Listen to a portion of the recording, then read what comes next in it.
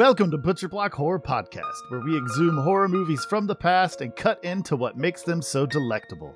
I'm Kane. I am JD. And I'm Joe. And today we're going to be throwing The People Under the Stairs onto the slab and carving up our favorite portions to force feed to you, our unwitting victims. I do like portions. Delicious it's a real portions. fucking Feed bizarro them to movie. me now. It's such a weird movie. An amazing movie. If you enjoy the And- taste of these feasts of fright, then give us a like and subscribe, being sure to click the bell. Make sure you go to our website, wegiveYouBrainworms.com. This will allow you to take a look at other projects we're working on and link you to our Patreon, where you can give us money. Give Under us the your money. stairs. Now, you're not just giving us money just for the sake of giving us money. There's also cool things you can unlock by giving us money. So Under feel the free to jump in and stairs. look at that stuff. We also have a Discord community channel. That is the button that's underneath the Patreon link. Feel Under free the to drop by. stairs. There's usually one of us in there dicking around. It's probably going to be me. Yeah, I'm And in it he's- right now. Under the Joe stairs. Is in it right now. JD, stop saying under the stairs. I couldn't help myself. I was all giggly like that one character who was all pasty. Yeah. So People Under the Stairs, weird ass movie. Let's kind of cut into the nuts and bolts of what made this movie, and then we'll kind of talk Cut into about. your nuts and bolts. You wanna see how the sausage is made? I will show you. Well, right, why don't we so start yeah. this off? Why don't you give us a synopsis overview? Couple little details first. It was released November 1st of 1991. And that date is significant for reasons we'll discuss, because this is a fairly progressive film in a lot of ways. And that's really the only thing we do. We discuss things. We can't show people anything. So this is all discussion. Sure.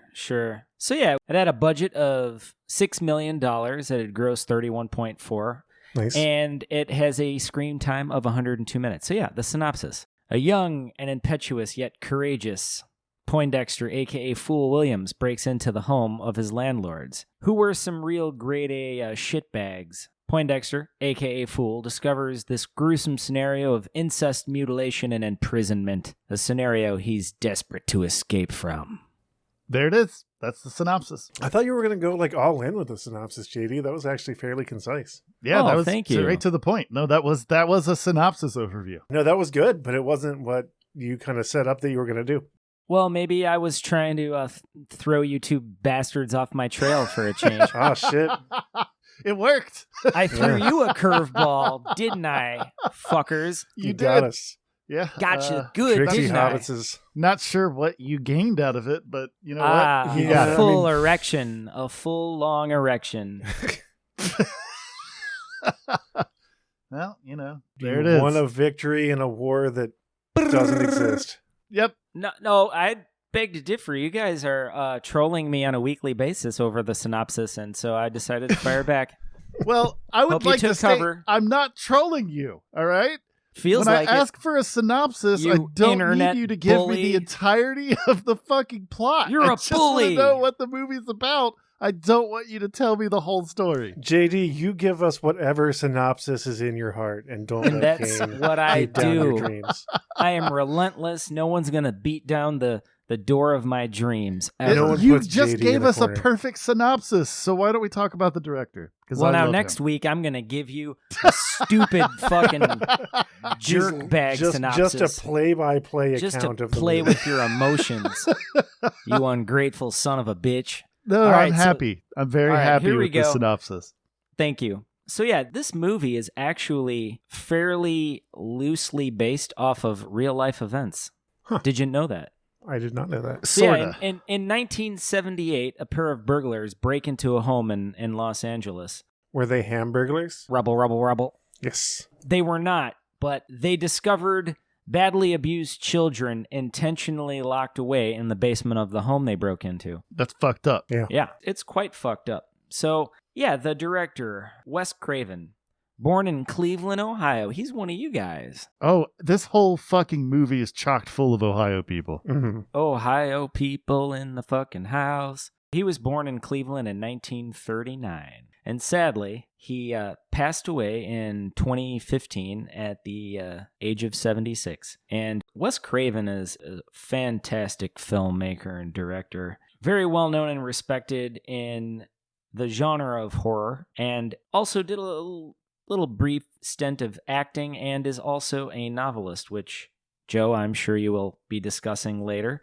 Yeah. So Craven was a pioneer in many respects. Most of his work lived in the genre of horror / slasher subgenre of horror, if you will. And exploitation. Yeah. And I believe he got his start in the porn industry. Just like Francis Ford Coppola. Yeah. And Wow. Archduke Franz Ferdinand. Okay. I am learning new things every day. So yeah, he's considered by many as a master of horror. Oh, yeah. Best known for dreaming up Nightmare on Elm Street. I see what you did there. Yeah, see? You like that? That's what I do. So yeah, he was responsible for that franchise. And starting in 1984, that I'm talking about Nightmare on Elm Street, it started in 1984. And then the final installment was 2010. He also is responsible for the Scream franchise. Yes, he is. Yeah. And so, he not only directed those films, but he helped in there to conceptualize them in a lot of ways. There were others involved, but Craven's definitely relevant in that conversation. Some of his early work includes Last House on the Left in 1972, The Hills Have Eyes in 1977, another classic. Yep. Swamp Thing in 1982, not quite a horror film, but pretty awesome. One of my personal favorites, The Serpent and the Rainbow. Good movie. It's a good flick. Yeah. Oh, yeah. We'll have to talk about that sometime. Then he also directed Shocker in 1989, Vampire in Brooklyn, and Cursed in 2005. Yeah, and funny little side note, Wes Craven and Sam Raimi had a little thing going on where in the original Evil Dead, Sam Raimi stuck a The Hills Have Eyes poster in the basement.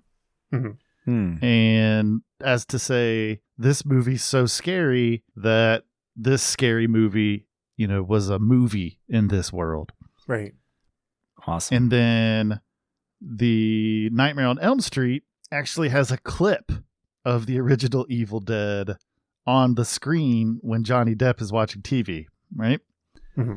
And then Evil Dead 2 snuck a Freddy claw into the basement of that film. So that was like a little back and forth that they had for That's a bit. fun.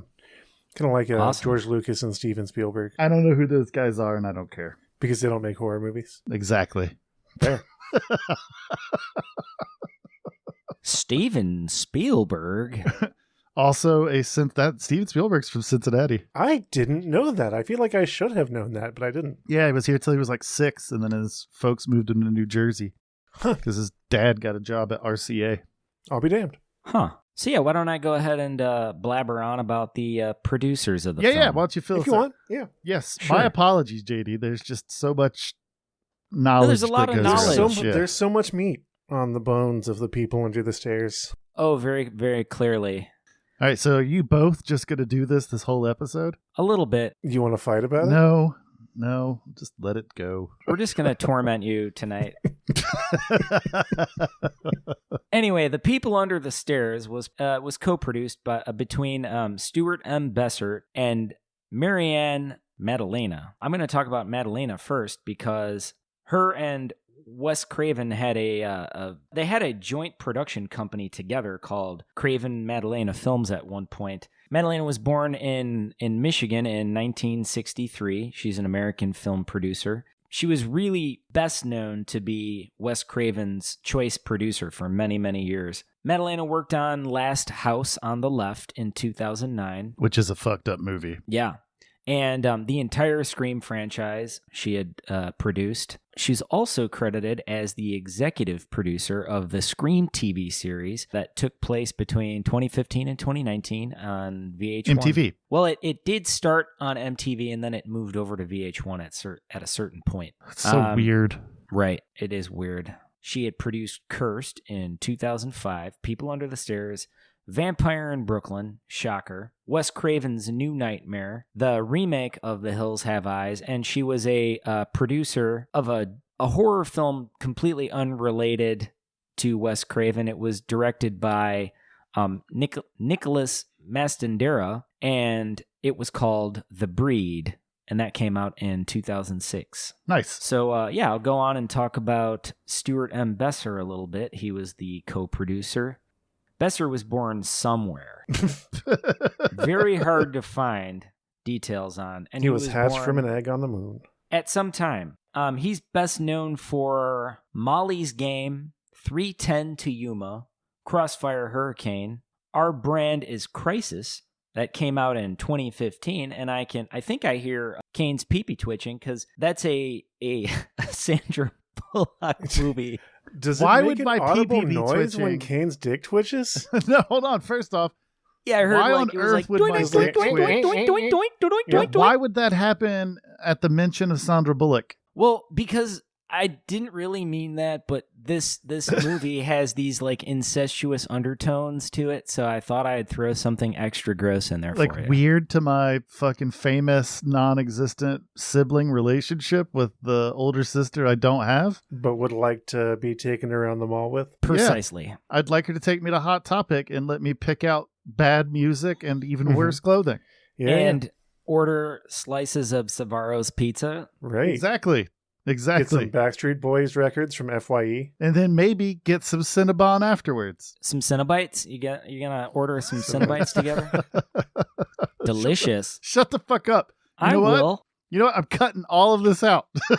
I doubt it. This is good content. I doubt it. Yeah, this is. If you cut it we're out, I'm going to put it back in. Oh, Absolutely God damn it. Joe has titillating that right power. now. I have that This is power. captivating. I just and don't like the conversation revolving around my dick twitching in regards to Sandra Bullock, all right? well, you could She's a pretend I national didn't say fucking it. treasure, all right? And there needs to be some respect shown, okay? She's a shiny diamond. There's no doubt about it. But I Exactly. just had to. Anyway, I was compelled. Besser is known for his work as a producer and a production manager in film. Oh, I already named the films. Wow, I'm a step ahead of myself. Good job, JD. Anyway, I like that you give yourself a pat on the back. how do I not? I'm doing a No, phenomenal good job, right now. man. Good fucking job. So anyway, yeah, he co-produced Scream and Scream 3. Not sure what happened for Scream 2, but I didn't see was that drunk. credited. Yeah, he might have fallen out temporarily. Anyway, he was an executive producer for Vampire in Brooklyn and People Under the Stairs, and also Cursed. He also produced the film Dr. Giggles in 1992. Oh my God. Why haven't we talked about adding that movie to the list? Add it to the Dr. list. Giggles is frightening, absolutely. It's a creepy ass movie. Terrifying really is. film. And I wish I had the name of that actor. It's on the tip of my tongue, and he was in like odd stuff, but he has those like kind of crystal blue eyes that he almost like Alaskan Malamute eyes, and he's just like very creepy. The actor's name is Larry Drake. Larry Drake. Okay, yeah, he's something else. Anyway, yeah, Dr. Giggles was directed by Manny Cotto. Larry Drake was also the bad guy in Darkman. Oh, excellent. So yeah, that's the producers and the director of The People Under the Stairs. Neat. Yeah, I guess I should talk about Wes Craven some more, but as a writer now. Might as well. Yeah. Most of the movies that he directed, he was also credited as a writer for. So basically everything that JD just said, also assume he was a writer as well. Right. He also has credit for writing music videos for the rap crew, the Fat Boys, and the Goo Goo Dolls. Oh, wow. Interestingly enough. Weird. You know, speaking of the Goo Goo Dolls, Uh-huh. me and the family watched NBC's New Year's Eve shit. Sounds pretty annoying, but yeah. It was, but the Goo Goo Dolls played live after the ball dropped, and They're it was still- so awkward. Oh, Could they just I am not get- sorry. Any current Like, pop the musicians lead to be singer, like, involved? Have both of you guys seen Escape from LA? Yeah. All right. You remember the character Bruce Campbell plays in that movie? Yeah. The creepy surgeon, like plastic surgeon? Yeah. Okay. The lead singer looked kind of like Bruce Campbell's character. Oh, wow. With just no stitches. There were just no visible stitches. Yeah, I mean, you get to that age where you kind of just start to look like an aunt. It looks like he's had so much fucking facial work done. Yeah. Like from like the top of his head in like a perfect like face shape up down to the bottom of his chin. It was like 1993 all over again. Everything else has been affected by the passage of time. Not that section of his face. And it was super creepy to look at. Right. Yeah. It's kind of a caricature. Oh, man. This was a weird tangent. Yeah, probably. But yeah, horror legend Wes Craven. Honestly, if you don't know who Wes Craven is, get the fuck out. Dig a hole and get in it. His contribution to horror is so significant. And fill it up with bullshit, because that's all you deserve. Also a novelist. He wrote the novel The Fountain Society, which I haven't read, but it looks creepy. And the comic book series Coming of Rage, which looks also pretty cool. Nice. It looks like Joe's got some fucking book homework to do. Yeah. Would you like to hear about the cinematographer? You bet. Yep, absolutely. Who, interestingly, there's a typo in my notes. Instead of the word cinematographer, I wrote cinematographer, and that seems appropriate. Yeah, it's staying. That should be the title of a person who's rolling the cameras during a gory horror film. That stands to reason. Sandy Sissel, born in 1949 in Paris, Texas. Sandy Sissel. 56 career credits. No other horror work that I could find. Then it doesn't matter. But she did work on the Wonder Years and the CW Flash television series. She did some cinematography on that. What would you do if I sang out of tune? Would you stand up and walk out on me? Ah. Little help from my friends. I'm just going to let you get it out of your system. And the film Master and Commander starring Russell Crowe. She also did some cinematography on. Right on. Dead sexy. Yep, that sounds good. Yeah. All right, well then I guess we'll move on to the actors. Sweet. Unless there's something else you wanted to say about the cinematographer who did one horror movie and then moved away from it. Wait, you mean the cinematographer? Cinematographer, yeah. Cinematographer. All right, we got Poindexter Fool Williams, who was too old to get tit, too young to get ass. He's played by Brandon Adams, born in Topeka, Kansas, August 22nd, 1979. You know, I remember seeing this guy a lot in a bunch of different films and television shows when I was growing up. Fool was a great character. I enjoyed watching him fight against the Robesons. Yeah, he was pretty fearless. You know, he wasn't going to let Alice down and leave her behind. He started out fearful. Yeah, it's a hero's journey, you know? It is. It was a hero's journey, and he became a badass by the end of the movie. Hell yeah. His horror credits are The People Under the Stairs and Ghost in the Machine. I keep hearing about Ghost in the Machine. Yeah.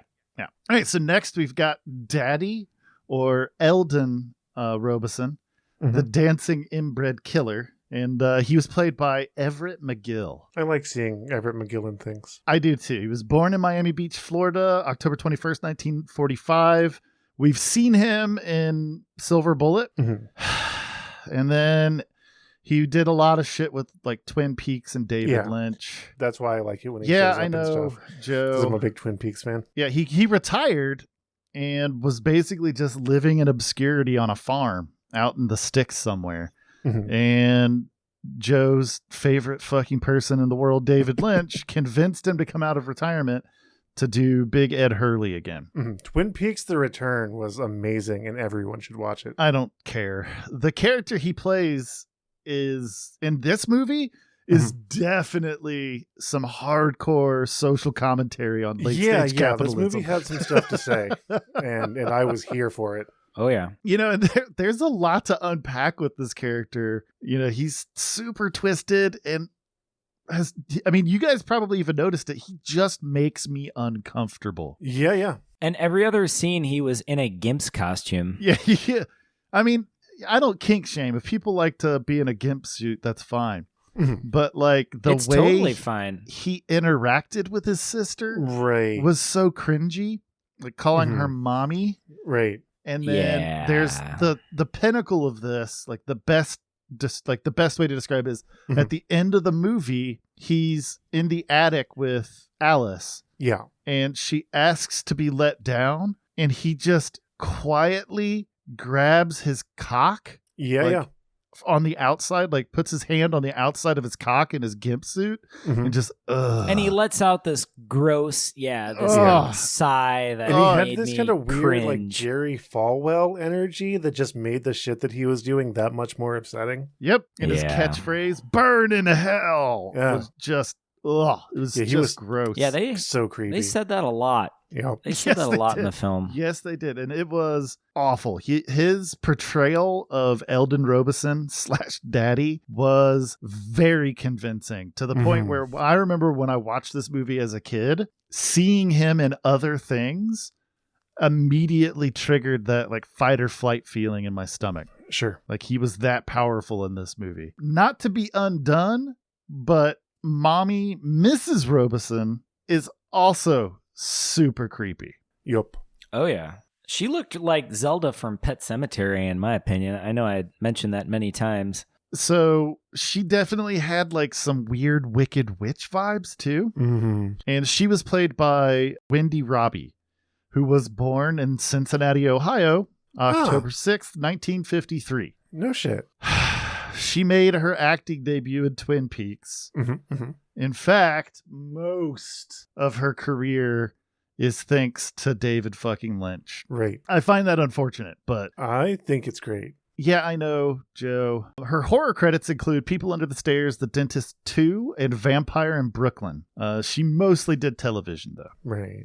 Which I don't really care about. Next on the list, we got Alice. I'm trying to be a good girl so my mother doesn't cut my tongue out. And she was played by A.J. Langer. She was born May 22nd, 1974 in Columbus, Ohio, but moved to the San Fernando Valley when she was 5. Quick point here. She was born Allison Joy, but when she was 8, she joined an all-boys baseball team, and they started calling her AJ because boys are stupid. Well, no, the real reason is that they decided that Allison Joy was too feminine for someone on the baseball team, so they called her AJ, which is just fucking stupid. Yeah, it's very silly. And did you mention already that she's a duchess now? Look, dude, I'm doing a thing. He's got a whole like wind up that he's doing. It's fine. She also did a lot of television, but her horror credits include People Under the Stairs and Ghost Brigade. Now, most notably, television she did with, she did the show My So-Called Life, which was really popular in the early 90s. I remember My So-Called Life. With Claire Danes. Yeah. And then she married into the British royal family and now lives in a fucking castle. Amazing. But that doesn't have nearly the power that it had because somebody had to come in and piss in my Kool-Aid. It was like a Pixie song, JD. Out of It had like a build, and then it was a whole thing that he was doing. No, that's actually fine. Well, I swam up and rocked his boat. So. No, you swammed up my urine stream and lodged yourself in my urethra, and now I have to get you surgically removed. Like that? Like a giant... Candiru? Like the little catfish in the Amazon? Yeah, the Candiru. Yeah. Very cool reference. Swims up your pee hole. Yeah. Urethra? Yeah. All right, then we got Leroy, I Busted This House's Cherry, played by Ving Rhames. We've talked about him briefly on Jacob's Ladder, I think. I can't remember how much information we threw out there, so I'm just going to run through this real quick. Do it. He was actually born Irving Ramses Rhames, which that is a fucking boss-ass name. Yeah, that's like a superhero's name. Dude, that's like a fucking Egyptian god's name. Literally, Ramses. Yeah. Right, someone that could bench press you. Right. Yeah. He was born May 12th, 1959 in Harlem. He got his start on Broadway in The Boys in Winter. Huh.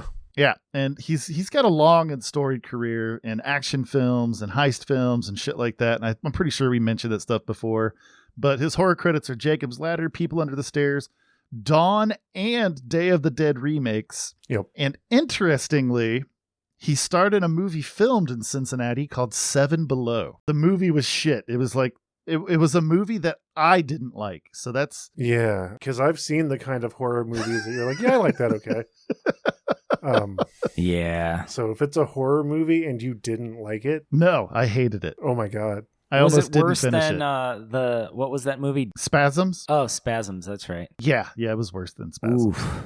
Yeah. Yeah, don't watch that. But, his character in this movie was fun. Again, his character's dialogue is a lot of social commentary. The fact that this was 1991 and that social commentary is still applicable to today is fucking disgusting, and we should all be super fucking ashamed. It's true. Oh, yeah. But I do think that he could have beat the shit out of Daddy. Ving Rhames just could have whipped Everett McGill just all fucking day. And that upsets me, like watching this movie again as an adult. Like, I think that he should have just waited after the dog got electric shocked and just when the Robesons showed up, just beat the hell out of both of them. Sure. Yeah. Next, these are the most important characters, and then there's two other characters that I'm going to throw in. But Roach, he still creeps me out a lot. Oh, yeah. Like watching it this time around, the tongue, everything just real creepy about him. I found him kind of charming, honestly. I'm not surprised, Joe. You introvert fucking creep. He was extremely pasty and giggly, and he could not fidgeting. Yeah. Oh, he just couldn't stop moving. And smiling. He was always smiling. Even right. That's what I'm saying. The he gunshot makes me uncomfortable. He was happy. He was having a good time. Yeah. I don't know if you're smiling from ear to ear after you have a hole blown through your midsection. Well, he was, so whatever. But yeah, so Roach was played by Sean Whalen, born May 19th, 1964 in Washington, D.C. He was a hapless history buff in the first Got Milk commercial ever made. No shit. Which was directed by Michael Bay. Wow. That bundle of facts is amazing. Did it just hurt your head? Wow. I'm surprised he wasn't in any of the Ninja Turtle movies if Michael Bay and him met. He would have made like a good foot soldier or somebody. Well, his horror creds are The People Under the Stairs, Step Monster, Tammy and the T-Rex, which I think is just a gem. Idle Hands, Rob Zombie, Halloween 2. You know what? Fuck Rob Zombie for making those movies. But regardless. Yeah.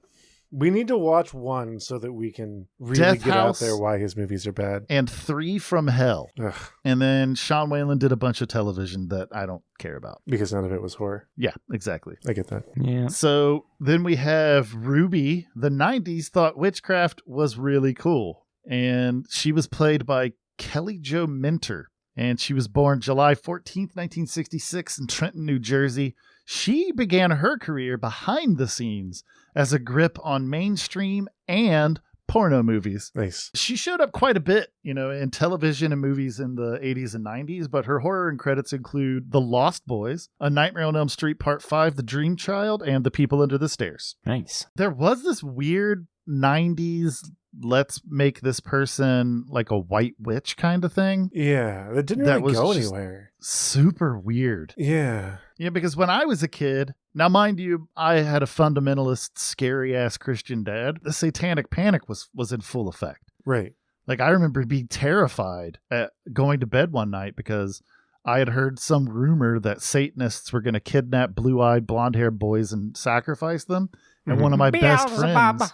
Yeah, one of my best friends when I was a child, his name was Johnny, and he had blonde hair and blue eye, and I remember up crying, thinking that was going to happen. Poor Johnny. So for just a decade to go by, and then suddenly witchcraft was cool is definitely funny, And nowadays, every young white woman is into Stevie Nicks and is into witchcraft. Right. Well, even like I'm only a few years younger than you, and even like by the time that I was kind of coming up, that was happening. Right. So regardless, Ruby was a cool character. I like Kelly Jo Minter's voice just in general. Sure. But yeah, so next up we got Grandpa Booker. Those folks have been crazy all of my life. And he was played by Bill Cobbs. Very recognizable Bill Cobbs, I'll add. He was born June 16th. 1934 in Cleveland, Ohio. And Cobbs was actually a radar tech for the Air Force for 8 years. Huh. Nice. Yeah. In 1970, he decided to pursue a career in acting. And like I said, he's probably one of the most recognizable supporting actors ever. The dude has been in so many big movies, and he's really an incredible actor, but his horror credits are The People Under the Stairs, I Still Know What You Did Last Summer, The Mortuary, The Final Patient, which I couldn't find much about that movie, but I did come to discover that it's about some kind of weird rattlesnake venom, Jekyll and Hyde type thing. All right. Yeah, where I'm assuming, like I said, I couldn't find anything about it and I didn't watch the movie, but he is a doctor that has produced some kind of weird rattlesnake venom, Dr. Jekyll elixir that gives him super strength. It's a whole thing. And then he was in a movie called The Morgue. Yeah. Speaking of poison, are you going to mention the fucking guys that were trapped under the staircase at all? Because they all look like Kip Winger or like, the guy from Warrant. They literally had no dialogue. Yeah. At all. They moaned a lot, Duff though. McKagan. Right. Yeah, essentially, so listeners, and you'll have to forgive me for this, I decided not to research the 14 to 20 other actors. They were the stars of the movie that were just grunting and eating people under the stairs. It's right. not that much different from what we do on this podcast. You know what? And they look like zombie cock rockers from the fucking They 80s. did. Yeah, Def Leppard. All had huge hair. Guns and Damn Roses. Yankees, Guns N' Roses, Yep. Warrant. just done up in corpse paint. Just done up in black metal corpse paint. Yep. Which I will talk about the artists who were responsible for that. Well, you're going to do that after I talk about Don Peake. So Don Peake was born June 7th, 1940 in Los Angeles, California. And Peake did the score for this movie. Great atmospheric music. Oh, absolutely. You know, he did quite a few things with Wes Craven as far as doing the score of movies and whatnot. But he's probably one of the best session guitarists of that era. He was a producer and arranger who contributed to some of pop music's biggest songs. He played guitar on Marvin Gaye's Let's Get It On, Ike and Tina Turner's River Deep Mountain High, and ABC by the Jackson 5. Nice. Oh, yeah. Yeah, he's a prolific musician. Yeah. So, JD, why don't you tell us about art direction and special effects? Shirley. Don't call me Shirley. Yeah, sorry about that. Womp, womp, Anyway, womp, Shirley. womp. Special effects, there's a few artists involved here. I'll kind of talk about them in the order they appear in my notes. Peter Chesney, best known for his work on No Country for Old Men. Great movie. 2007 film. Yep. His first movie he was credited for was Men in Black in 1997. I'm sorry. I take that back. Men in Black. It was the first Men in Black. That wasn't his first film because he was also involved in Waterworld, and that was filmed in 95. That's a not a great film. Bad movie. Yeah. Men in Black was cool. Waterworld Yeah, it was not. actually. I'll never understand why Kevin Costner keeps getting work.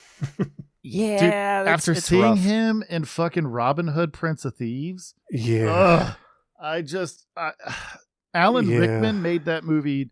That's a whole other thing. I'm not going to talk about that on the podcast. Let's move on. Kevin Costner is hot, wet trash. Yeah, just though. terrible. Yeah, And Puddle's Pity Party, if you hear this episode, I apologize for hating Kevin Costner in his entire career. Go on, JD. I'm sorry.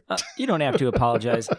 He's not a likable actor. Anyway, Peter Chesney. He was also responsible for The Ring 2, Vampire in Brooklyn, Pet Sematary 2. He shows up in a lot of sequels. House 2, Ugh. Honey, I Blew Up the Kids. Yeah, apparently House 2 sucks, is what I keep hearing. Oh, it's terrible. Yeah, I have a copy of it, and you probably shouldn't ever watch it. He also did special effects on a film called Graveyard Shift and The Serpent Under the Rainbow. Under the Rainbow? Oh, excuse me. The Serpent and the Rainbow. I wasn't shit talking you. I just didn't know if there was another movie. No, I mispronounced it. No, you're fine. Serpent under the rain. Shut up, Oh, very nice, Joe. Very nice. I just shed a single tear. Don't add to that shit talking I just did. It's making it worse. So yeah, Chesney also worked on Nightmare on Elm Street 3. The Dream Warriors. Yeah. So now I'm going to get to the makeup artists because they are who really shined in this Oh, yeah. film. It's what you Absolutely. saw Yeah. the most of. There weren't that many prosthetic or special effects in this film. I mean, there were light prosthetics, a little bit of fake blood here and there, but mostly it was makeup worn on the faces of the characters in the film. So I will start off by talking about Earl Ellis, born in the United States in 1962. Do we have any knowledge of where in the United States? Or I'm going to go with the whole of the United States. He is like Captain America or something. So anyway. Okay. No, I'm down. I can feel that. He was pretty much the key in the makeup effects for People Under the Stairs. He worked on Night of the Living Dead, the movie made in 1990. Right. That remake was created. I think did we talk about that before?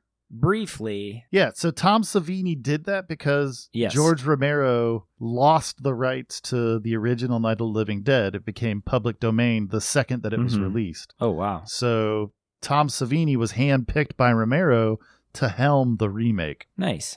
So that George Romero would get some royalties from that movie. Right. That's super a cool. solid. I think we have talked about that on a previous episode. Solid move by Salvini. And so, anyway, back to Earl Ellis. He did special effects makeup also on Fright Night 2, The Lost Boys, and Night of the Creeps. Which is a great movie. Yeah, Night of the Creeps is pretty cool. We should talk about that sometime. Sure. Ellis was also involved in Friday the 13th, A New Beginning. And did a lot of prosthetic effect work in several films, including Necronomicon, Book of the Dead in 93, Return of the Living Dead, Part 3. Oh, I love that movie. The Resurrected, the original movie House, and A Nightmare on Elm Street, Part 5. The Dream Child.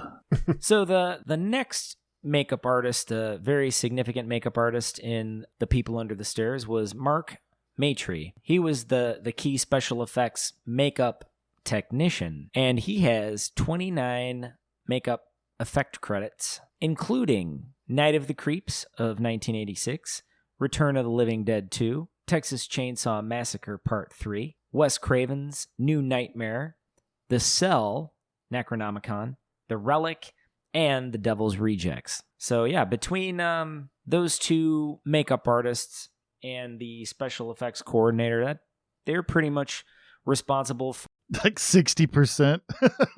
maybe even more, honestly. Right. Of the horror we consumed when we were kids. Yeah, pretty much. So yeah, that will pretty much summarize the special effects and makeup.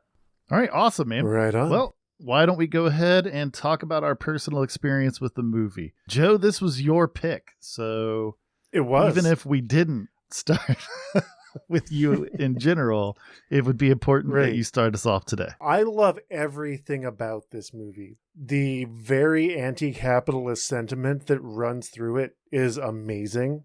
And just the fact that it was like a popular, successful horror film that was saying the shit that it's saying about like landlords and that kind of thing is awesome. I love how fucking weird oh my it is God. for no reason. So fucking bizarre. For no reason. Like there are moments that are just like, why is he in a gimp suit?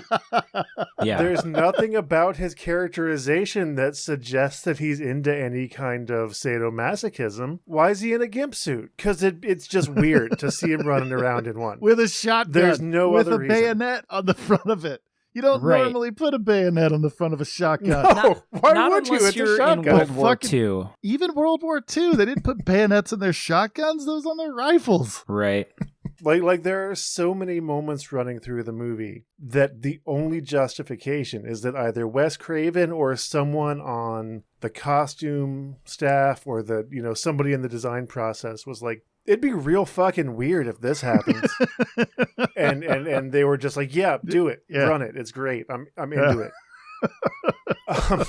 The movie maintains its tension all the way up to the end, despite the weird energy it has, where it like tiptoes around kind of almost being a horror comedy. Yeah. Mhm. It still maintains a level of like, oh shit, are they gonna get out? What's gonna happen? Like it's this bizarro alchemy that Wes Craven was able to achieve. Yeah. Where everything about the movie works, and it has and it's about something. Yeah. And it's so fuck off weird. Bizarro version of like a Romero social commentary. Sure, yeah. I think the score really drives home the idea of the weirdness, because I felt like a lot of the sounds and I mean a lot of even like when you would hear, say, for example, the sounds of a few violins playing, if you listen carefully, there would be like these really strange like under notes that sort of like were floating around randomly and doing all these strange things to help create anxiety. So there are like a lot of moments of high anxiety in the film. And like the camera during the chase scenes through like the narrow corridors and crawl spaces where it's doing all these like tight, jerky angles super and twitches. claustrophobic. You can't see it because this is radio, but I'm like doing stuff with my hands to indicate camera motions. But yeah, like it's such a perfect movie in so many ways that I can't not love it. Yeah, agreed. All right, and now is there anything that you would like to toss out into the Ethernet or to the internet? Does anyone else think that it was a crime that Kane did not give credit to the titular people under the stairs? Because I think they deserved the validation. I kind of gave them some credit that Kane did not give they them. Look like what are their names of cock rockers? Exactly. They didn't have names. They were credited in the credits as like the stairs people, I assume. Yeah, well. I like but I still think they were good actors. I like how at the end of the film, yeah, that was the height of their dialogue. I like how at the end of the film they're out like chasing paper in the streets, going unnoticed. They're like absolutely like disfigured and hideous from like never having the sunlight touch and their eating skin. people. Sure, and yeah, living on a diet of and raw there's meat. that raw people. Not just like, some fucking beef steaks that are not cooked. Like they're eating people. And did Creepy Daddy install a toilet inside the walls? Like, where were they doing business? That's what I want to know. Like, why didn't the house smell like shit? Like, it probably did. There's no way that house didn't smell. Yeah, that house was Wouldn't the gross. police, when they made their way inside, dude, cops are incompetent. Of course, they had no idea. And they were a rich white couple. The cops were like, yeah, you're fine. Keep doing what you're doing. We're going to leave you alone. Yep. It's like the fucking Jeffrey Dahmer thing all over again. Oh, yeah. That's a good example, actually, of that. But yeah, I'm in romantic love with this movie. I know you are. I'm glad we got to do it. I'm glad we got to discuss it. JD, you want to go ahead and talk about your personal experience with this movie? Sure. Yeah, it's been a good number of years since I've seen this one. It was probably almost 20 years ago is when I last watched this, and rewatching it with my adult brain was quite fun and amazing. And I noticed a lot more of the social commentary and the undertones of what Wes Craven was trying to communicate through the film. And I feel like it's important to note that Wes Craven, he could have easily focused on some white family as the main characters, but he didn't, and he has a history of not focusing on, white characters in a lot of his films. He often will focus on African-American characters. And a lot of other films, I mean, The Serpent and the Rainbow, Vampire in Brooklyn. So, I mean, it's sort of something that I feel like Wes Craven would try to do and like not portray your typical whatever, whitewash type of film. And he was just more into showing inclusivity. Just being including people in a more normal way than what is typical. I agree. No, that's a valid point. And then do you have anything that you would like to put out on the internet as long as it has nothing to do with me not mentioning the people under the fucking stairs? Yeah, I guess I'm just going to go ahead and encourage our listeners to watch The People Under the Stairs and let us know who you think those people who were living under the stairs resembled most. Keep in mind which 80s cock rocker, metal musician. Because I was going through a list while we were watching. I was laughing my balls off. Yep. I thought one of them really looked like, I'm trying to remember the guy's name, like Robert Mason maybe. I think he was a lead singer of Warrant. But there was one of them, they popped out from the fucking staircase. Finally, so the whole movie, that's what I couldn't figure out too. The whole movie, they're peacefully, living under the stairs. And then at the very end, they fucking pop out from under the stairs. Like they were locked behind the thing and they couldn't. See, I guess I missed that because I'm like, well, why didn't they do that in the first scene? All right, so do you remember the scene where Daddy is down in the basement? I just wanted to call him Daddy and it made me cringe. When Daddy's downstairs at the end of the movie and one of the people under the stairs, see what I did there, Joe? I do. drags Poindexter away and starts dragging him towards the lock so that Daddy shoots that lock off. Gotcha. That's what freed them and allowed them to bust out from under the stairs like some kind of bizarre zombie movie. Did we mention that Daddy was a cannibal? Because we see him early on. Yeah, we see him early on at the dinner table, and it's kind of grotesque. Well, when you mentioned Dahmer, it popped into my head that, oh my God, he was eating ribs that were human ribs. Dude, and he eats raw human flesh. Pellets in them. Right. When he's carving up Leroy, he's like eating it and then throwing chunks he doesn't want to the people under the stairs. Yep. I'm imagining that Ving Rhames' character would have kept him satisfied for quite a long time, because that is a muscular man. Yeah, it seemed like he wasted a lot of it. Yeah. Yeah. You know, like he carved up, honestly, like the worst parts. You know, like the best parts to cut off of a human are going to be like the top of the thighs, the buttocks, the tops of the arms. Why do you know that? Is this something that you want to say into a microphone? Why do you know read that? a lot. Oh, sure. I like that he was spitting out the buckshot pellets into a dish. Yeah. And I thought, this guy's like a hunter or whatever, because he's got his shotgun and all that. I didn't realize the magnitude of his sickness. Yeah, that's the twist. Yeah, he was a twisted fucker. Yep. And really, the gimp suit was probably the most normal thing he had going on. You're not wrong. Right.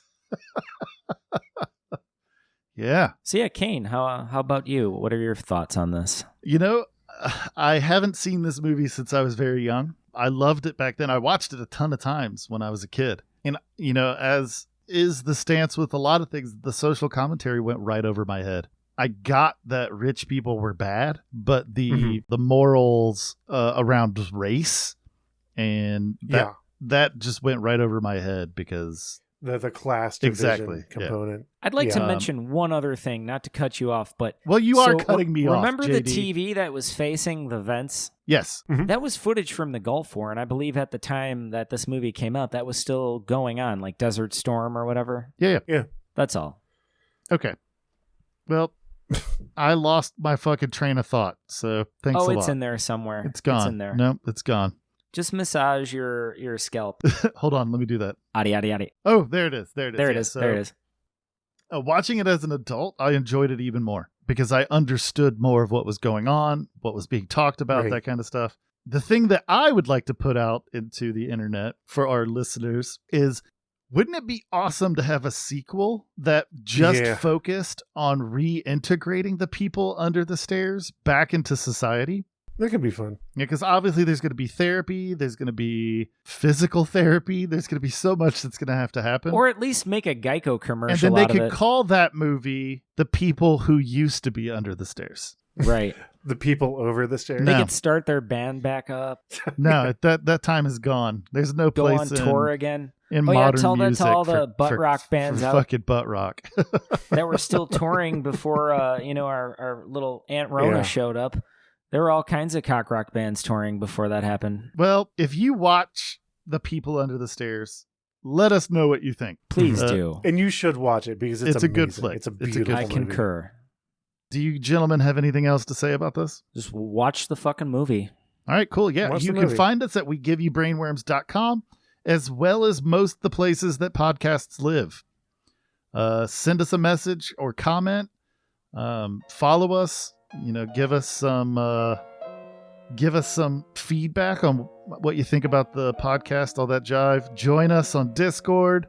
And aside from that, we warn you against forgetting to like, follow, and subscribe on YouTube. Oh, yeah, that would be. And click the bell. Oh, yeah. And click the bell. Bing. Bing. I'm doing the thing. Yeah. A full, long erection.